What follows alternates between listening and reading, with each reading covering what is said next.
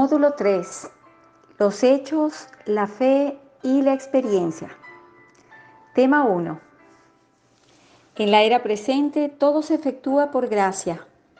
Efesios 2, 8, 9. Que todo sea efectuado por gracia significa que todo es realizado por Dios. El hombre no necesita obrar para ser salvo, puesto que al que obra no se le cuenta el salario como gracia, sino como deuda. Romanos 4:4. Debido a que Dios se relaciona con el hombre conforme a la gracia, hay ciertos hechos que debemos conocer. Los hechos. Dios lo hizo todo a favor del hombre. Debido a que todo ha sido realizado por Él, existen ciertos hechos, ciertos logros divinos. Y ya que existen tales hechos o realidades vigentes, no es necesario que el hombre le añada nada, pues la obra realizada por Dios es completa. Sin embargo, la gracia de Dios es justa. Por ello, juntamente con los hechos, existe la necesidad de la cooperación humana.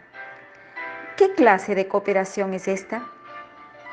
No consiste en agregar algo a lo que Dios ya realizó, sino en hacer que el hombre tome conciencia de que todo lo que Dios ha efectuado es real, o sea, que es un hecho. En esto consiste la fe. La fe consiste en reconocer que todo lo que Dios ha dicho y hecho es una realidad. La fe consiste en aceptar los hechos, esto es, en reconocerlos como tales. La fe es un hacer efectivo algo. Usamos la expresión hacer efectivo en el sentido de hacer efectivo un cheque en el banco. Supongamos que alguien le da a usted un cheque. Que el banco tiene el dinero es un hecho. Hacer efectivo ese cheque implica reconocer el hecho de que el banco posee la suma especificada en el cheque. Así pues, se requiere de fe para hacer efectivo el cheque. Con fe uno puede hacer efectivo el cheque y tener el dinero para usarlo. Ahora bien, gastar el dinero equivale a experimentarlo. Que contamos con el dinero en el banco es un hecho. Hacer efectivo el cheque representa la fe y nuestra experiencia equivale a gastar ese dinero. Según la gracia de Dios, todas las cosas realizadas por Él en beneficio nuestro son hechos consumados. No obstante, el hombre aún necesita experimentar estos hechos. Nuestra experiencia.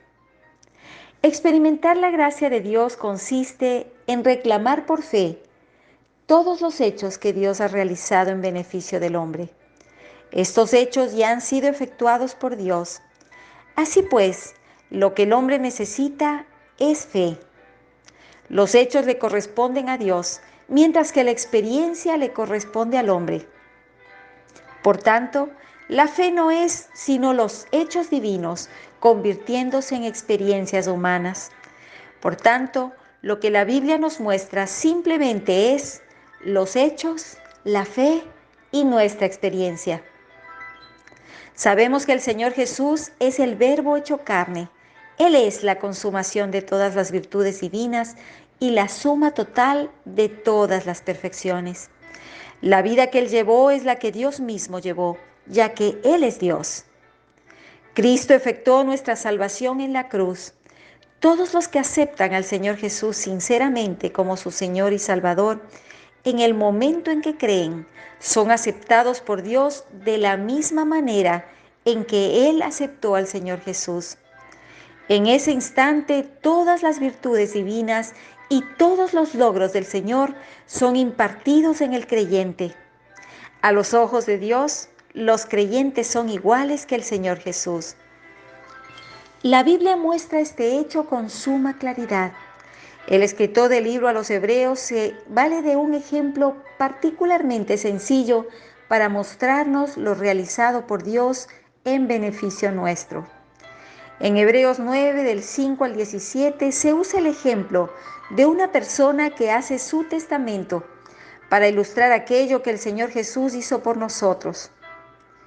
Un testamento es una promesa de una herencia para los beneficiarios del mismo. Pero antes de que ocurra la muerte del testador, dicho testamento no puede entrar en vigencia. Sin embargo, una vez que esa persona muere, los beneficiarios del testamento pueden recibir la herencia dejada por el autor de dicho testamento. El Señor Jesús es aquel que hizo el testamento. Él ha muerto y por ende todo cuanto nos había prometido pasa inmediatamente a estar a nuestro nombre. Este es el hecho que nosotros hemos recibido de Él. Aun cuando no hayamos tomado posesión inmediata de la herencia, ni disfrutemos de los beneficios y el sostén que la misma provee, aún así, la herencia es ciertamente nuestra, nos pertenece y ya está a nuestro nombre. La enseñanza que se desprende de este ejemplo es muy sencilla.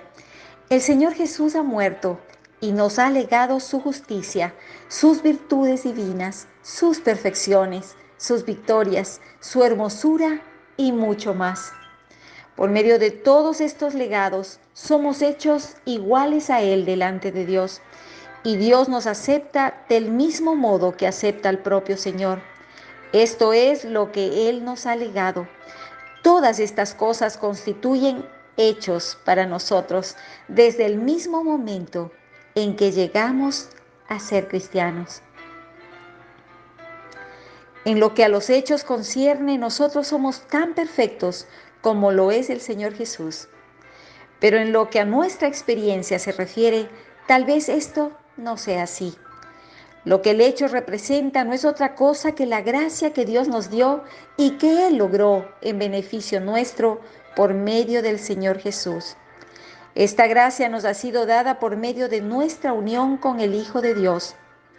Es posible que tomemos conciencia del hecho de haber heredado o recibido esta herencia, pero no tengamos la experiencia de disfrutar de la misma. Existe una gran diferencia entre los hechos consumados y nuestra experiencia concreta. Son muchos los creyentes que, según los hechos, son extremadamente ricos debido a que todo lo de Dios les pertenece, y que, sin embargo, en cuanto a su experiencia personal, son extremadamente pobres, porque en la práctica no hacen uso de sus riquezas ni las disfrutan. El hijo mayor mencionado en Lucas 15 es un buen ejemplo de esto. En lo que a los hechos concierne, él era el hijo al cual el padre dijo: tú siempre estás conmigo y todas mis cosas son tuyas. Verso 31. Pero en lo que concierne a la experiencia, él le dijo al padre: nunca me has dado ni un cabrito para regocijarme con mis amigos. Verso 29. En cuanto a los hechos, él era el hijo de un hombre rico. Esta era su posición. Aún así, era posible que él no hubiera disfrutado ni siquiera de un cabrito. Esta era la condición en la que él se encontraba, es decir, esta era su experiencia personal.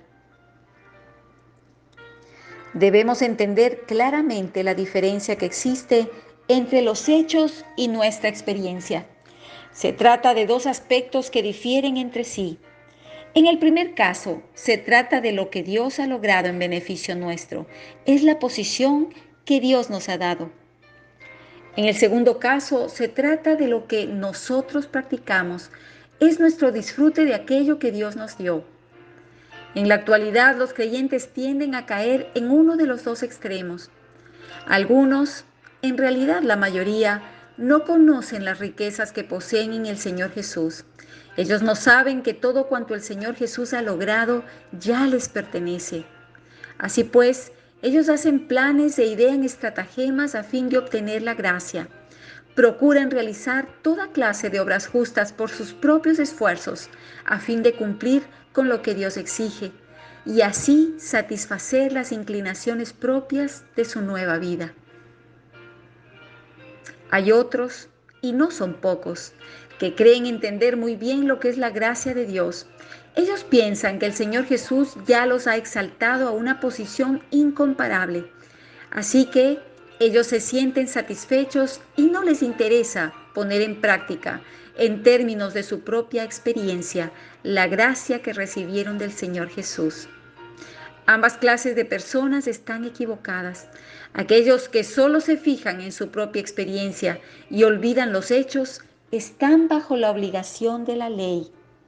Y aquellos que solo prestan atención a los hechos y menosprecian su experiencia personal, toman la gracia como una excusa para vivir desenfrenadamente. Por una parte, un cristiano debe comprender, por medio de las Escrituras, cuán elevada es su posición en el Señor Jesús. Por otra, debe examinar a la luz de Dios si su andar diario corresponde o no a la gracia de su llamamiento. Dios nos ha puesto en la posición más elevada. Debido a nuestra unión con el Señor Jesús, poseemos todo cuanto el Señor logró y todas sus victorias son nuestras. De hecho, esta es nuestra posición. Ahora, el asunto es cómo experimentar todo lo que el Señor Jesús ha logrado, así como todas sus victorias. Entre el hecho y nuestra experiencia, es decir, antes de que el hecho pase a formar parte de nuestra experiencia, antes de que los logros de Dios formen parte de nuestra práctica diaria, es necesario un paso más, el paso de la fe. Este paso, el paso de la fe, no es otra cosa que hacer uso de la herencia o administrarla. El Señor nos ha legado un testamento. Él ha muerto y ahora ese testamento ha entrado en vigencia. Por tanto, no deberíamos mantener más una actitud indiferente ni despreocupada.